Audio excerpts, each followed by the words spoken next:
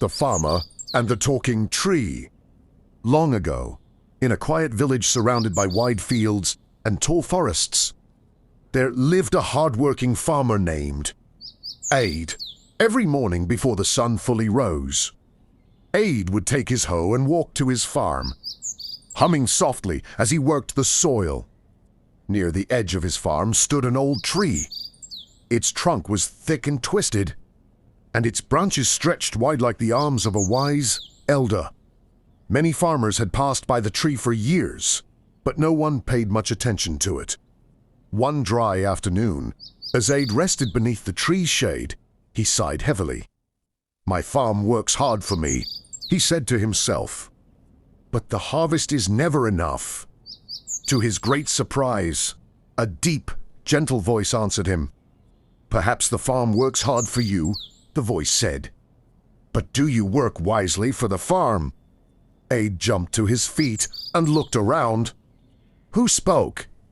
He asked nervously. "I did," said the voice again. "I am the tree under which you sit." Aid stared at the trunk in disbelief. "A talking tree? How can that be?"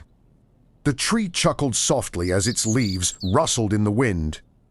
"I have stood here longer than your grandfather lived," the tree sighed. "I have watched many farmers. Some succeed and some fail. Tell me, Aid, how do you care for your land?" Aid thought for a moment. "I plant seeds. I water them when I can, and I harvest when the crops grow." The tree replied, "That is work, but it is not wisdom. Do you rest the soil? Do you plant different crops each season? Do you protect the earth from washing away when the rains come?" Aid lowered his head. "No, I do not.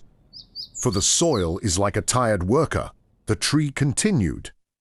"If you never allow it to rest, it will grow weak." The farmer listened carefully. From that day on, Aid followed the tree's advice. One season he planted beans to strengthen the soil. Another season, he let a part of the land rest. He built small ridges so the rainwater would not wash the soil away. Year after year, his farm became richer and more fertile. Soon Aid's harvest was larger than any farmer in the village. People began to ask him his secret. Aid simply smiled and said, "I learned to listen." One evening, when he returned to thank the tree, he placed his hand on its rough bark. "Thank you, wise one," he said. But the tree did not answer. The wind moved gently through the leaves, and the branches swayed quietly, as if the forest itself had finished speaking. And from that day on, Aid never forgot that wisdom can come from the quietest voices.